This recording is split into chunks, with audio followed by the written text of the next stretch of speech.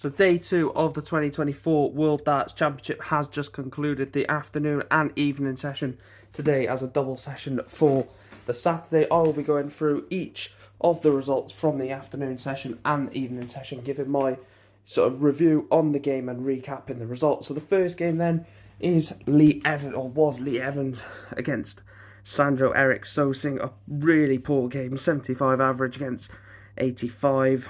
Both less than 50% on the doubles. It was not a game that either player will want to look back on.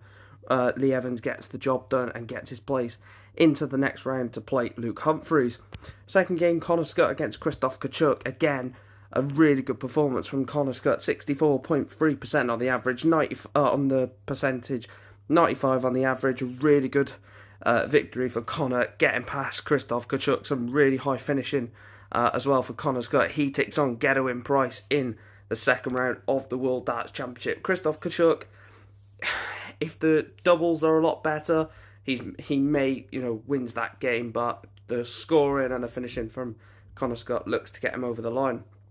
The penultimate game of the afternoon session was Jules van Dongen against Darren Penhall. This was not a result that I predicted or saw coming. I did think that Jules van Dongen was going to have the better of Darren Penhall, but a 91.29 average, 50% on the doubles, sends the debutant Darren Penhall into the second round of the World Darts Championship, and I believe he will play Joe Cullen in the second round. And the last game of the afternoon session was the first second round game of the day in the World Darts Championship, and it was Dave Chizzy Chisnell 3-1 win over Cameron Menzies. A really poor game, 87.32 average from Cameron, 20.6% on the doubles. Chisnell 31%.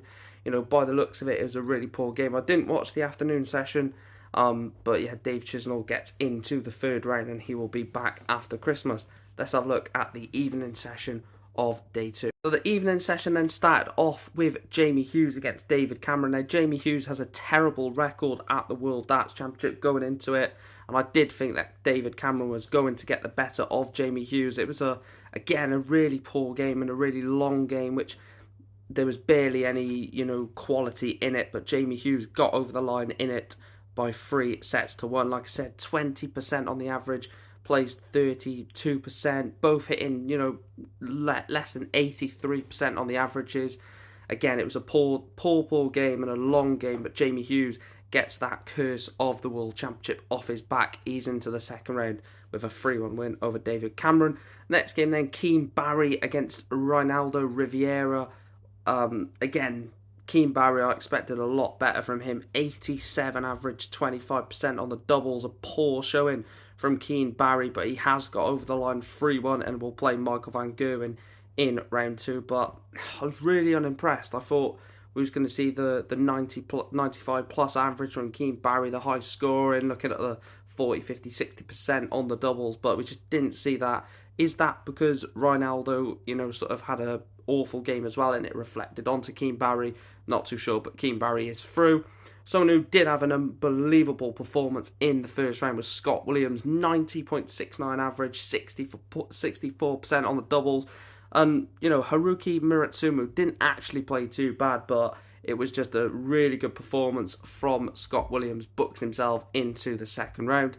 And the final game was the Wizard of Oz, Simon Whitlock, against the Flying Scotsman, Gary Anderson, putting in a Gary Anderson-esque type performance. 50% on the doubles, 98 average, 50% on the doubles. That is vintage Gary Anderson, vintage Flying Scotsman.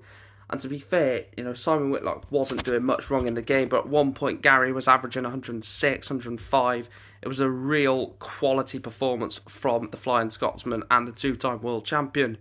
But those are the results from day one, afternoon and evening session. I will be back tomorrow to give my day three predictions, and then back tomorrow evening to recap day three. The darts is going very well at the moment. Some really good games, some awful performances, some shocks, and some potential winners progressing through the rounds. Thanks for watching, and I'll see you in the next video.